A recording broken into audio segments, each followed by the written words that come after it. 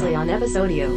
De uma reação muito visceral. O Brasil sempre foi líder nesse segmento, né? Um abraço, né? Então, o Bob Esponja.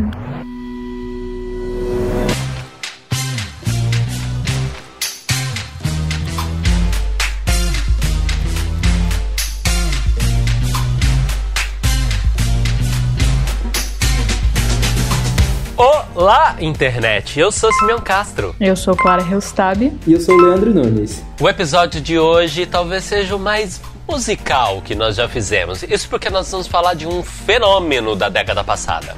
Fenômeno de sucesso e de tragédias, a série Glee trouxe muita diversão enquanto esteve no ar, mas os bastidores da série são cheios de histórias pesadas e desfechos sinistros. No episódio de hoje, a gente vai falar de todas essas polêmicas, mas também sobre os episódios mais marcantes e nossas músicas preferidas da série. E a gente não tá sozinho. Exatamente! Para poder falar sobre essa série que nós todos gostamos, mas que, vale confessar, abandonamos em algum momento, a gente convidou o jornalista e geek, fã da série Glee, João Kerr. Olá, gente, tudo bom? Estou aqui.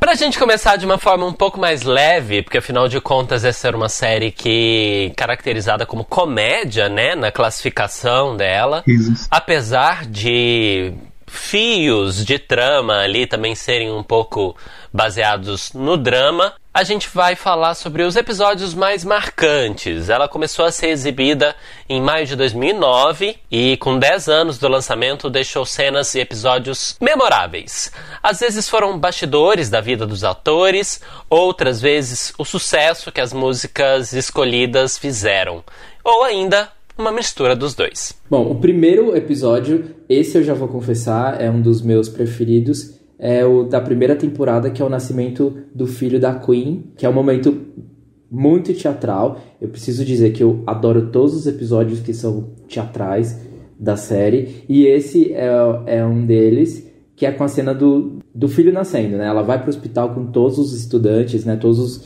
os amigos, né? Do grupo do coral. E a música é Bohemian Rhapsody, uma das obras-primas da banda Queen, super teatral, super difícil de fazer, e eles conseguem entregar uma cena engraçada, divertida, usando todos aqueles tons, aquelas mudanças que a banda fez quando gravou essa música. É uma música do Queen para a personagem Queen. Uhum, sim. Então a conexão tava direta ali, né? Eles são cheios desses trocadilhos, né? Sempre.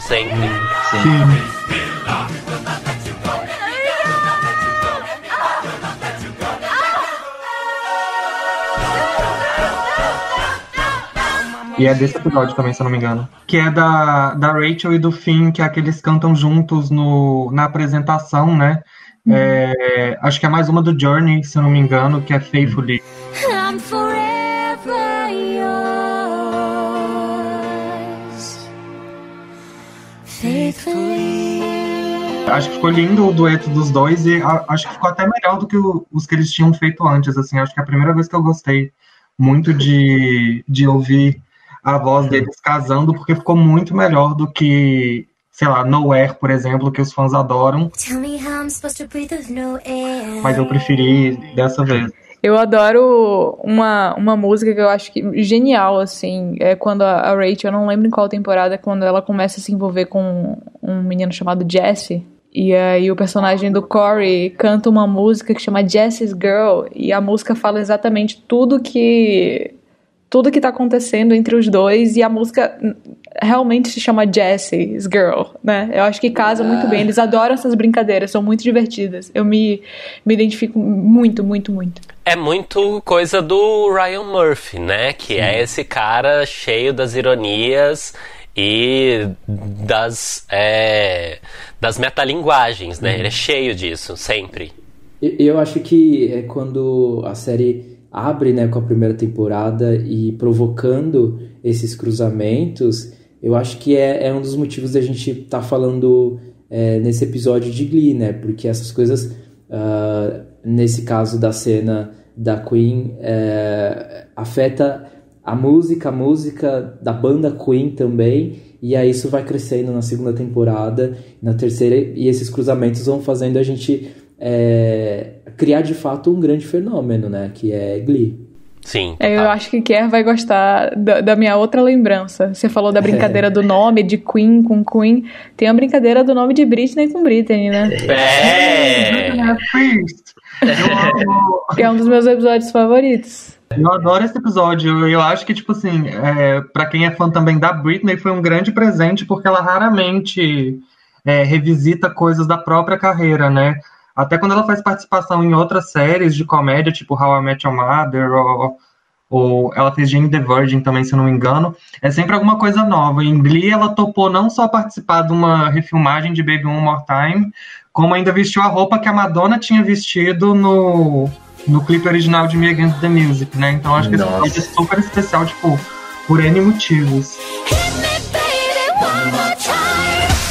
Mais de 13 milhões de americanos assistiram o episódio ao vivo na Fox. Esses episódios de homenagem em Glee, tipo, ou eles dão muito certo ou eles dão muito errado, na minha opinião. Alguns eu considero muito bons, tipo, da Britney eu acho bom, o da Madonna também ficou muito bem feito. Eu adoro o coro final de Like a Prayer e a forma como Like a Virgin foi cantado por 6 vozes. O episódio do Fleetwood Mac também, que eles fizeram tudo em homenagem a um único disco, eu achei muito bom. O de Grease eu já não gostei tanto. O do Michael Jackson, eu achei que a maioria do elenco não subiu ao nível do Michael, tirando a Naya Rivera, assim. Acho que é isso. Ou foi muito certo, ou foi muito perdido na homenagem, assim. E o Vogue com o seu Sylvester? Tudo! Eu amo esse momento. Eu acho que é daquelas coisas que é um clipe que é tão marcado, né? Que não tem outro jeito de fazer. Ele é tão. O clipe da música da Madonna é tão inesquecível que pede, e aí traz o mau humor da personagem, né? Da Sue, pra dentro da série. E as roupas, né? O preto e branco, né? Fica bem característico. O Kurt também aparece como um dos dançarinos. Sim. Levando a toalha, assim. Eu achei legal esse vídeo porque ninguém esperava que nem a Sue, nem a Jane Lynch, que é a atriz, se submetesse a isso, né? De tipo, botar uma peruca, porque ela tem um visual mais andrógeno e o cabelo super curto. Ela também, na vida pessoal da atriz, ela usa muito terno para ir aos eventos, e aí você de repente viu ela super glamurosa, assim, montada, igual a Madonna fez no clipe. Eu achei incrível. Legal. Tem um episódio também que é bem emocionante, a versão de Madney que eles fazem com um grupo de surdos cantando a música enquanto eles fazem linguagem de sinais. Acho que é uma coisa para além da música, né, para além da letra de Madney, esse momento desses artistas nesse encontro, né, acho que é o cerne de Glee, falar de minorias, falar do sentimento das pessoas que se sentem mal na sociedade, que se sentem menores, e aí a série traz essa versão como, enfim, uma experiência bem sensível. Eu acho isso muito a cara do Ryan Murphy, assim, e eu acho que Glee foi meio que o pontapé inicial que ele deu nisso, né? Porque você pensa que depois ele foi o principal produtor de Pose, que é a série que tem o maior elenco trans na TV americana. Sim. E em Glee ele também já teve uma das personagens que passou pela transição durante a série, né? Que era a Unique. Acho que ela entra na terceira ou quarta, se não me engano. Sim. E tem toda a questão da Beck também, né? Que é uma líder de torcida com síndrome de Down. Eu, pelo menos, não lembro de ter visto ator ou atriz mirim com síndrome de Down em série adolescente, antes de Glee, pelo menos. Mas, já que você é nosso convidado, qual é o teu episódio favorito? Nossa, gente, olhei entre os meus filhos, assim, eu não consigo dizer um episódio inteiro, talvez. Deixa eu pensar um pouco, eu não tinha pensado nisso. Eu gosto muito do episódio Kate ou Gaga, não tanto pela música, mas pela mensagem, porque eu acho muito fofo. O primeiro, que não é nesse, mas eles já tinham feito Lady Gaga antes muito bem, que foi um dueto com a Lea Michele e a Idina Menzel em Poker Face no piano. Eu achei aquilo muito bom. Sim.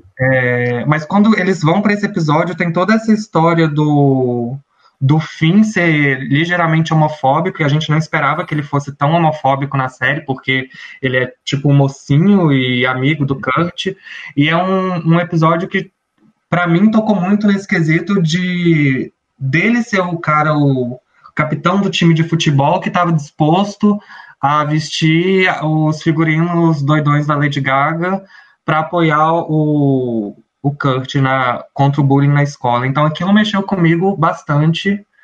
Eu gosto muito dos episódios de Nova York também.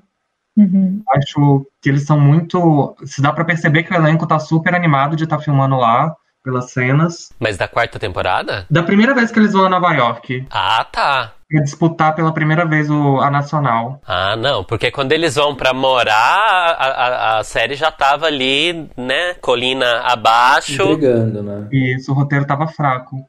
E tem uma participação que eu gosto, que todo mundo esquece que ela fez, mas que pra mim é um highlight, é a Lindsay Lohan, quando ela aparece de jurada de dos concursos, assim, eu acho aquilo incrível. Kate Hudson também tá ótima, dançando Jennifer Lopez e... Sim. Um negócio que eu gosto bastante da série, inclusive, é isso, assim, é esse resgate de nomes que ou que não estavam tão no hype no momento em que a série estava acontecendo, ou que não eram de TV especificamente. Tem muita gente que aparece que é estrela da Broadway, mas que talvez não é tão conhecida assim da televisão, especialmente da gente aqui no Brasil, né?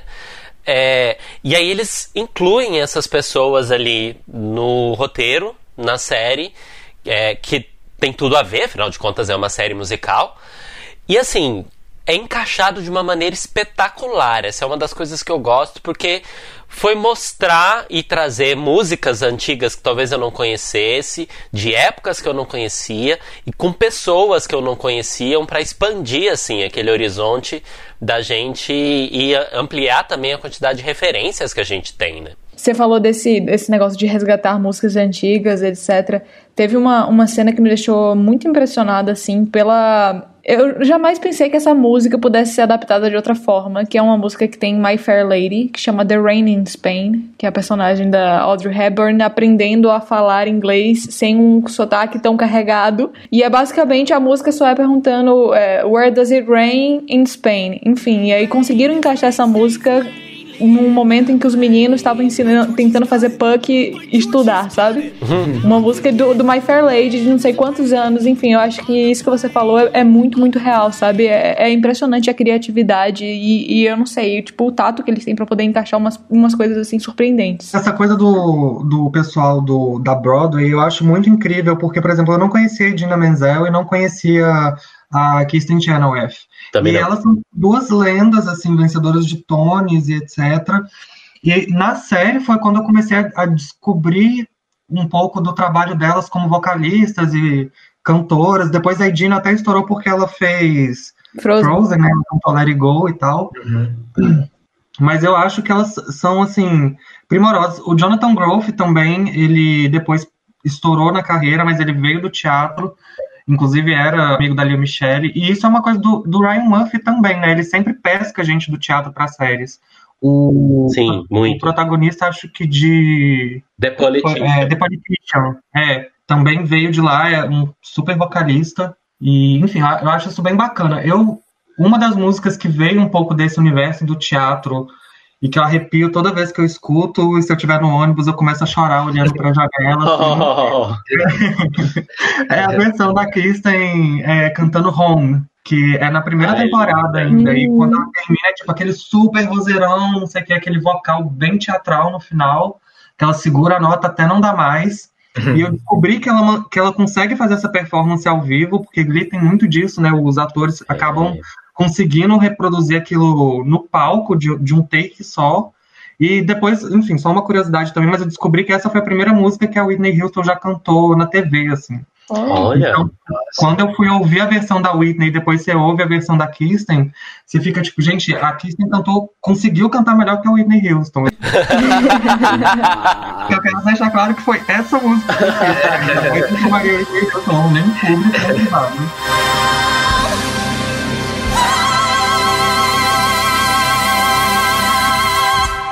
E João Quer, qual adaptação é a que você mais gosta? Ó, eu vou te falar umas 3 que têm mexido muito comigo nesse último mês, assim. Que uma delas eu redescobri há pouco tempo, porque eu tava vendo Little Fires Everywhere, e tava na trilha dessa série. Aí quando eu fui procurar no Spotify, tinha uma versão de Glee. Quando eu descobri a versão de Glee, eu falei, putz, não dá, vai ter que ser essa. Porque é a Rachel cantando Uninvited, da Alanis Morissette. Linda. E eu acho que a Rachel fez um trabalho fenomenal. Eu adoro os vocais dela, a Aria Michele, no caso. É a que eu tenho ouvido mais ultimamente, é essa, Home, que eu já citei, com a Kirsten. Eu não consigo, pular Smooth Criminal. Eu acho, aquele arranjo com os two cellos.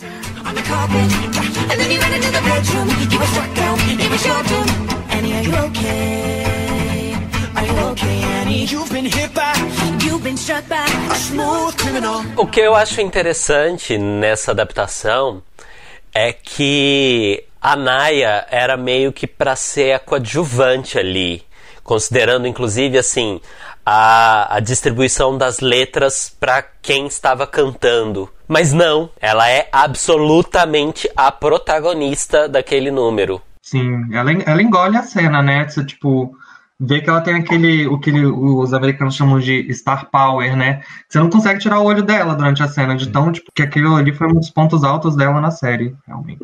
E vocês, Leandro? Gente, vocês também agora escolham suas preferidas. Estão achando que vocês vão jogar a bomba pra João Quer e vão se livrar dessa? Eu não consigo lembrar de uma música preferida, mas eu consigo falar de uma música que eu amo e que eu não gostei da versão, que é Somewhere Only We Know, do Keane. Ela é muito bem amarrada no roteiro, isso eu admito, mas eu não sou fã da versão dela, não me cativou tanto. Leandro? Olha, eu tenho algumas. Eu já falei que eu gosto daquelas que são mais teatralizadas, mas eu vou falar uma versão, já que a gente falou da Naya, o mashup de 2 músicas de Adele, quando ela tá naquela questão sobre... Sim. Parece que o Finn tá querendo expor, falando sobre a orientação sexual dela e tal. Então, pra mim, é uma desse momento Star Power, assim, que ela tá presente cantando Someone Like You e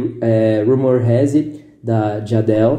E é um mashup, então era um momento que as rádios estavam espremendo a Adele, assim. Nossa, a gente tava ouvindo o tempo todo.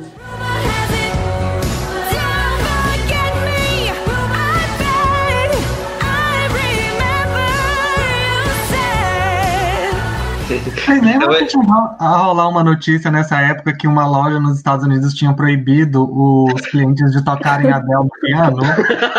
Nossa. Que eles tinham colocado um piano e todo mundo sentava pra tocar Adele e eles tinham proibido, enfim. What did you just say to her?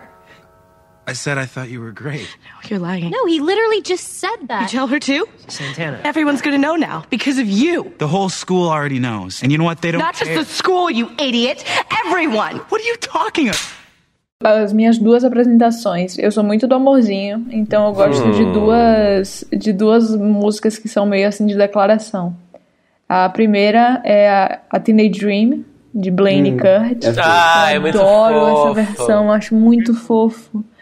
E a outra eu gosto muito de Santana cantando Mine, da Taylor Swift, pra Britney, sabe? Sim. Nossa, acho muito bonitinho. Eu adoro essas 2 cenas. São 2 cenas assim que eu não esqueci de Glee. Daughter, you are the best thing that's ever been mine. Só por causa da comunidade LGBT. Então, falando sobre essa questão da comunidade LGBT, eu acho que Glee foi muito importante para quem estava passando por essa questão de LGBTfobia no ensino médio durante a exibição da série, porque ela foi uma das poucas que me ajudou, e isso falando no meu caso particular, a entender que isso realmente era um assunto maior e que eu não era a estrelinha sorteada do pacote de biscoito que ia passar por isso sozinha no mundo, entendeu? Eu lembro que até Glee eu tive 2 referências de série com personagens LGBTs, no meu caso personagens gays que me inspiravam um pouquinho, e era Queer as Folk e Skins. Nossa. Só que assim, Queer as Folk era uma coisa que eram gays já de, sei lá, 30 anos, com uma estabilidade financeira e uma liberdade que eu não tinha. Uhum. E Skins era uma juventude muito doida e transviada, que por mais que eu quisesse viver aquilo, eu também não tinha condição de viver aquilo na cidade que eu tava.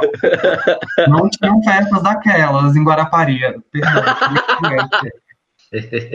E aí surgiu Glee, e logo no primeiro episódio já tinha o Kurt. Eu acho que toda a trajetória do Kurt, talvez pelo Ryan Murphy ser gay também, talvez não, provavelmente por isso, foi muito bem construída nessas mini agressões diárias que você sofre quando você é o gay da escola, né? Porque o Kurt era o gay da escola e eu, de certa forma, também era na época.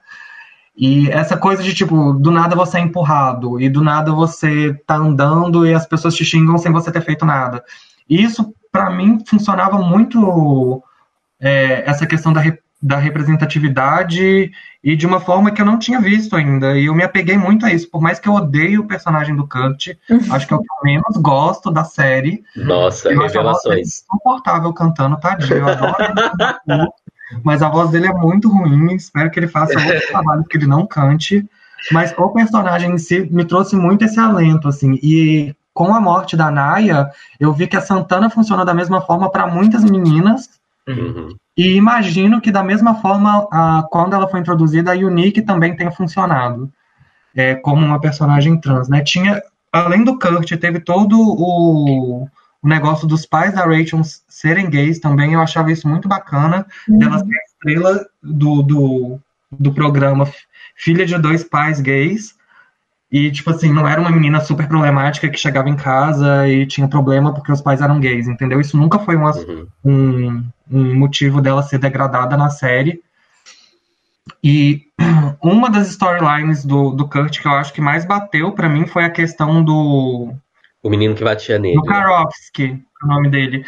Que era tipo que o bully número 1 do Kurt. Que... É sempre um nome russo, né? É, sempre um russo. Nos Estados Unidos, todo mundo que faz coisa ruim é russo ou alemão. Aham, Trump não me boicote, por favor. Mas, enfim. Essa storyline do Karofsky com o Kurt é uma coisa que bateu muito pra mim, porque eu também tinha um bully no meu ensino fundamental até o final do médio, que era tipo a pessoa que pra mim simbolizava uma coisa horrível, e que assim como o Karofsky, só que no meu caso um pouco mais tarde, eu descobri depois que ele realmente era gay também. E tipo, ele fazia esse bullying todo comigo, e anos depois eu descobri que ele saiu do armário e foi expulso de casa pelo pai também quando saiu do armário. Então eu acho que Glee tinha muito essa coisa de bater real pra mim, sabe? Talvez por isso eu tenha me tornado tão fã na época, apesar de que hoje eu vejo com olhos mais críticos, assim. Mas essa storyline eu lembro que me marcou muito. Tanto o episódio que quando o Karofsky acha que o segredo dele vai sair, ele tenta suicídio, né? Se eu não me engano, ele Sim, isso. Vai parar no hospital e tal, tenta se enforcar, alguma coisa assim. Eu achei isso muito real, e eu tiro aqui 2 segundinhos pra agradecer ao senhor Ryan Murphy por isso.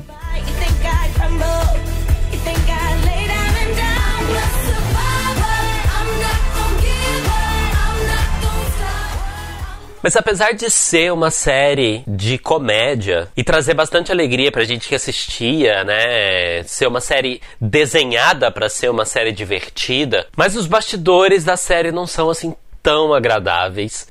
O grande dispositivo que fez a gente gravar esse episódio foi a morte da Naya Rivera. A gente já falou dela aqui, intérprete da Santana, encontrada morta num lago na Califórnia. Esse não é o único caso triste envolvendo a série. Ela mesma foi protagonista de um caso de polícia em 2017, quando ela foi acusada de violência doméstica contra o próprio marido, o Ryan Dorsey. Ela foi acusada de agredir o marido dela. Eles acabaram se separando em 2018 e ele, inclusive, é o pai do filho dela e falou agora recentemente que não consegue se ver criando o filho sozinho, criando o filho sem ela. Foi uma morte absolutamente inesperada que mobilizou tanto o elenco quanto os fãs da série, né? Pra mim o mais triste desse caso todo da Naya, não só pelo que aconteceu e a forma como aconteceu e todos esses 4 dias de angústia que a gente... Quase todo mundo passou por isso, né? Porque, sei lá, os jornalistas tiveram que ficar cobrindo isso, os fãs ficaram nesse desespero, a família, o elenco, todo mundo. Mas a data já era muito pesada para quem era fã da série, porque o dia que ela foi encontrada foi exatamente o dia que marcou 7 anos da morte do Cory Monteith, né? Então, Sim. já era uma data muito simbólica e carregada para todo o elenco e para todo o fandom aí, né? Ele, inclusive, que era o protagonista, né, da série, um dos protagonistas, talvez dono da cena que tenha marcado o que é a construção do universo de Glee, que é aquela cena em que o Will Schuester tá procurando uma voz masculina pro coral, e aí ele acaba encontrando essa voz cantando no vestiário dos jogadores, e é o Cory que interpreta o Finn. E ele morreu quando a série tava no ar ainda, né? Que é o mais chocante, assim. Sim, sim. Ele foi encontrado morto em 2013, em julho de 2013, em um quarto de hotel em Vancouver, no Canadá. E ele fazia par romântico com a Lea Michele, que fazia a Rachel Berry, né, na série, e eles também namoravam na vida real. E tem um episódio, né, acho que não só um episódio, mas tem algumas homenagens, né, a partir dessa notícia, o roteiro incorpora, né, o fato da morte dele. Sim. E aquilo aparece de uma maneira bem emocionante também, né? Eu, inclusive, já tinha desistido da série nessa altura, e acho que, como muitos outros fãs que tinham acabado deixando a série de lado, voltaram a assistir por causa desse acontecimento, né? Porque queriam ver como que a série ia retratar isso. Eu lembro que foi no intervalo entre a 4ª e a 5ª temporada, se eu não me engano, e eles já tinham decidido que os 2 primeiros episódios da 5ª temporada seriam homenagens aos Beatles, se eu não me engano. Uhum. E aí o 3º episódio seria o que eles tratariam a morte do personagem e do ator, né? Certo. Que é o episódio, acho que é The Quarterback, se eu não me engano.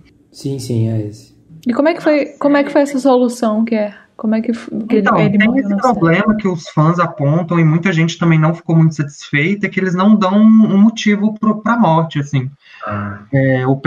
Você chega no 3º episódio e simplesmente entende que ele morreu. Não diz como, não diz porquê, não diz onde. É só realmente um episódio voltado mais pro luto do que pra morte dele. E eu não sei te dizer até que parte a Lea Michele teve um dedo aí nesse roteiro, porque pelo que eu li na época e reli agora com a morte da Naya, a série desse ponto em diante seguiu o que a Lea Michele mandava, assim.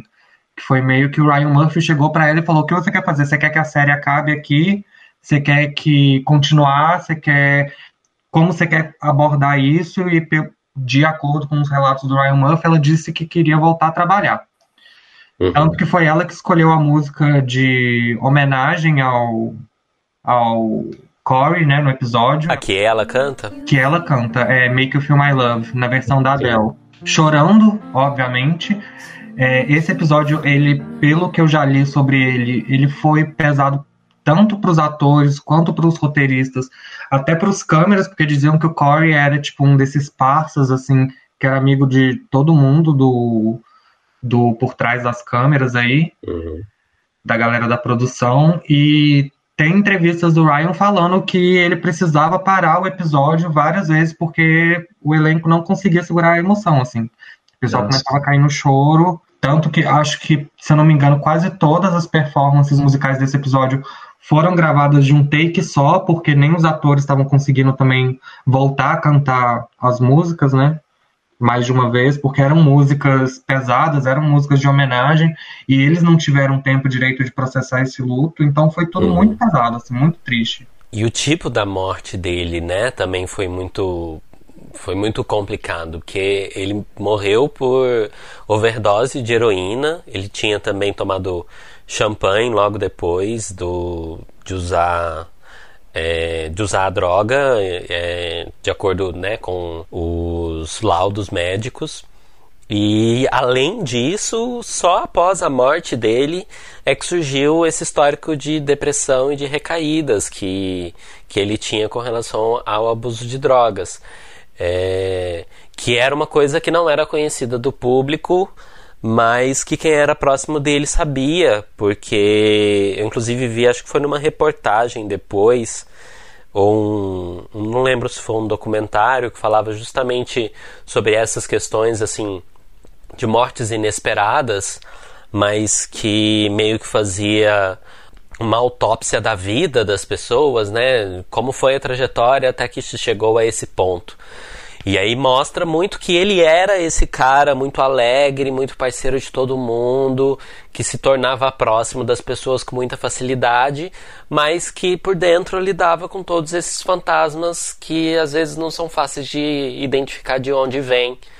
E acho que esse elemento também, não só da surpresa, mas de todo o contexto da morte, deve ter sido muito pesado para todo mundo digerir antes das gravações. E dos alunos, ele era o mais velho, né? Tipo, entre os atores que interpretavam alunos na série, ele tinha, acho que já quase 30 anos, se eu não me engano. Sim. Então, você tem, por exemplo, uma entrevista dele na época para Rolling Stone, falando que ele só estava grato de estar ali, entendeu? Tipo, eu nunca esperei que eu fosse chegar aqui, nunca esperei que eu fosse virar ator, nunca esperei que eu fosse dar certo na vida.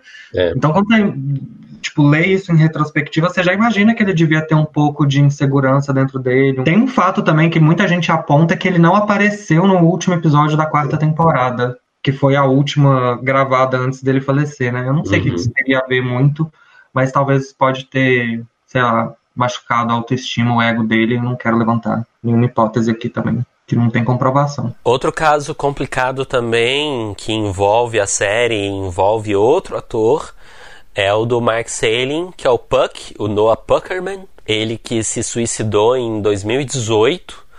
O corpo dele foi encontrado numa área de mata de Los Angeles. E isso tudo depois de um processo bastante controverso aí, que começou ali em dezembro de 2015, quando ele foi flagrado com posse de material pornográfico de crianças no notebook e em alguns dispositivos eletrônicos dele. Ele chegou a ser julgado, foi condenado no final de 2017, fez um acordo que reduziu a pena dele, que podia ser ali de 20 anos para algo em torno de até 7 anos de prisão. E isso foi em 2017, final de 2017. Mas em 2018 ele acabou sendo encontrado morto.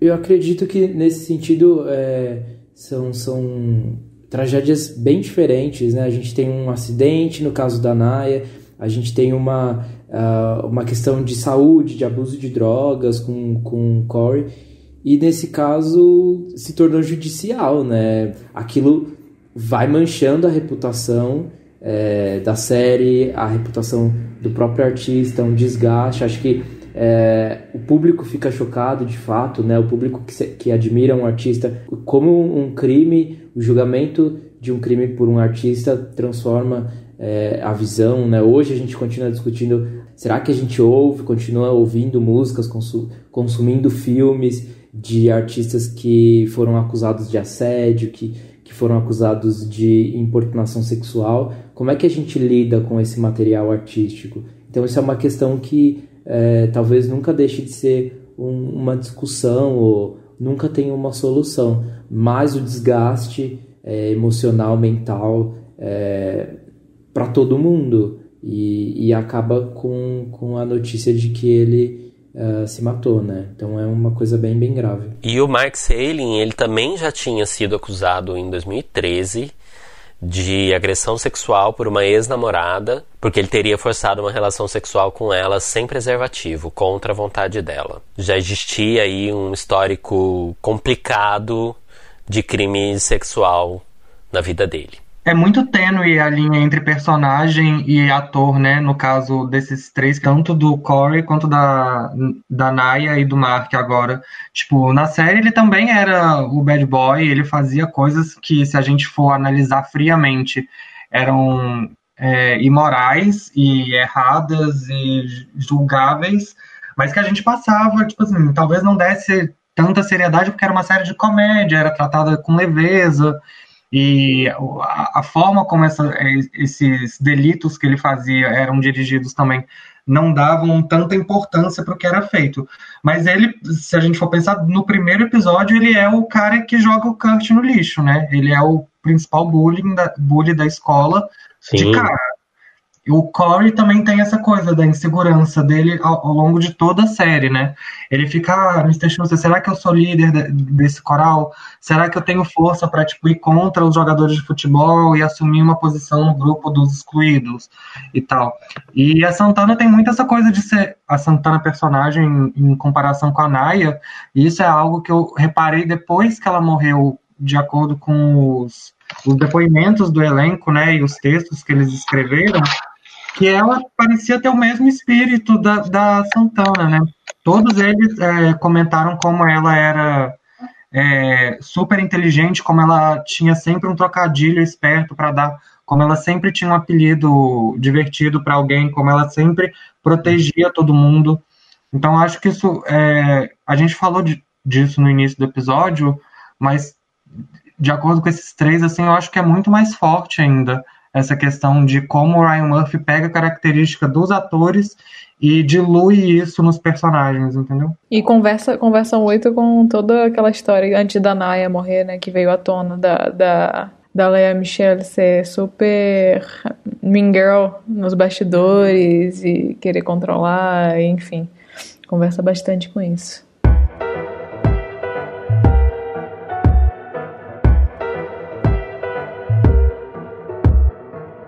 E depois desse segmento sombrio do nosso podcast, nem sempre a gente toca nesses pontos mais pesados, né, relacionados às séries, mas acho que era importante a gente falar sobre isso nesse episódio em específico, considerando inclusive que é um episódio dedicado a Glee.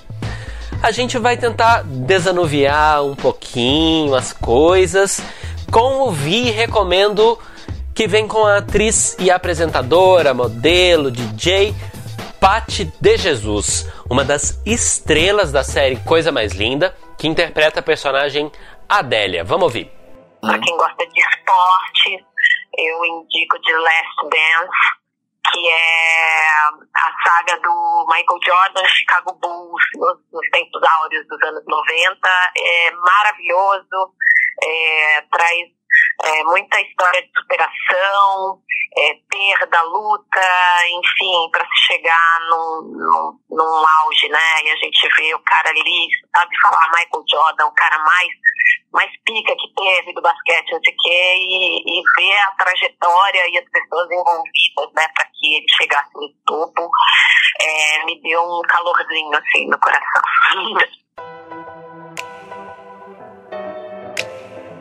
Arremesso Final, esse documentário, algum de vocês já assistiu? A minha amiga Mari, que usa o meu Netflix, sim. Michael Jordan, pra mim, é Space Jam. Nossa, eu ia falar isso agora. O mais perto que eu já cheguei dele foi com perna longa do lado.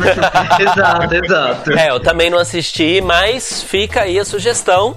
Acho que vale a gente procurar pra ver. Muito obrigado, João Kerr. Foi um prazer receber você aqui. Deixa o seu tchau aqui para as pessoas que estão escutando a gente. Obrigado, amigo. O prazer foi todo meu. Adorei participar aqui com vocês. Ainda mais nesse episódio dedicado a Glee.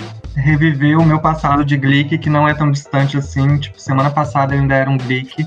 E sempre que precisar, estamos às ordens. É só me chamar. Obrigado por terem ouvido. Tchau, tchau. E com isso a gente vai terminando o podcast episódio de hoje. Como sempre, segue a gente nas nossas redes sociais. Se você ainda não seguiu, que coisa feia tá escutando a gente esse tempo todo e até agora não foi lá no Twitter e no Instagram, @podcast, como é que é? Essas coisas ele não põe no corte, né? Eu esqueci o @ do meu próprio... Daí porque a galera não segue. @episódio Estadão, trata de seguir a gente lá e vai também me procurar, @Simeon Castro, tô pronto pra receber vocês. Eu também tô prontíssimo pra receber vocês no Instagram, @Leandro, com H no final. Acho um pouco perigoso falar isso de receber as pessoas, mas se vocês quiserem me seguir, é só me procurar no Clara Hellstab, RELLSTAB. E João Kerr, eu sei que você não foi embora ainda, fala suas redes. Eu não fui embora, eu voltei só pra falar minhas redes, que é @JoãoKerr, em todas as plataformas, João Kerr, João, K-E-R, e se você me seguir e perguntar o que eu quero, eu vou te bloquear. É só isso que eu tenho que dizer. Obrigado, gente. Até a próxima. Tchau.